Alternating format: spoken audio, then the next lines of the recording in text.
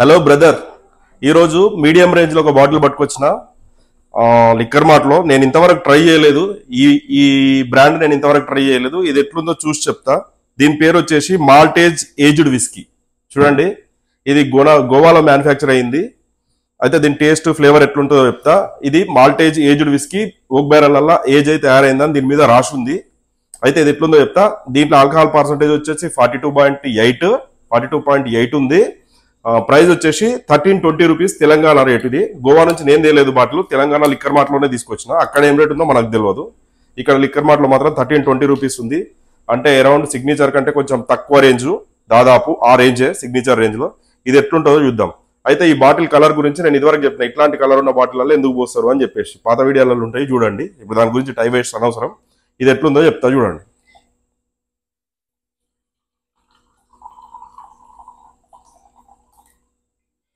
Colour వచ్చేసి golden colour ఉంది. మరి థిక్ కలర్ ఏం లేదు, మరీ లైట్ కూడా లేదు, మీడియం గోల్డెన్ కలర్ ఉంది. బాగుంది.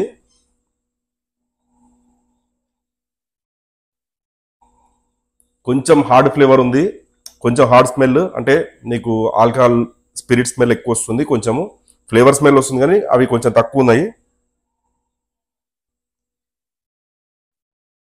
బ్యారెల్ స్మెల్ వస్తుంది, ఓక్ బ్యారెల్ స్మెల్. అంటే కొంచెం చెక్క వుడ్ టేస్ట్ అని ఇదివరకు చెప్పిన కదా, ఆ స్మెల్ కూడా వస్తుంది దీంట్లోంచి.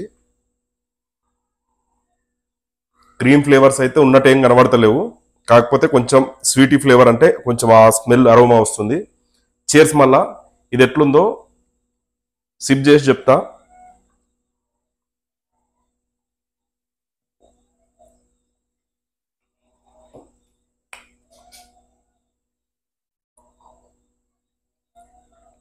బాగుంది. కొంచెం ఘాటు తగులుతుంది లైట్గా.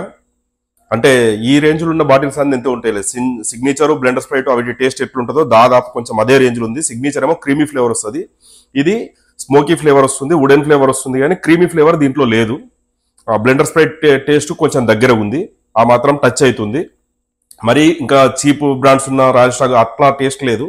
కొంచెం పైకి వస్తే బాగానే ఉంది. ఈ రేంజ్లో, ఈ ప్రైస్ రేంజ్లో ఇది మాత్రం మంచి మందే. దీన్ని విత్ ఐస్ తాగొచ్చు.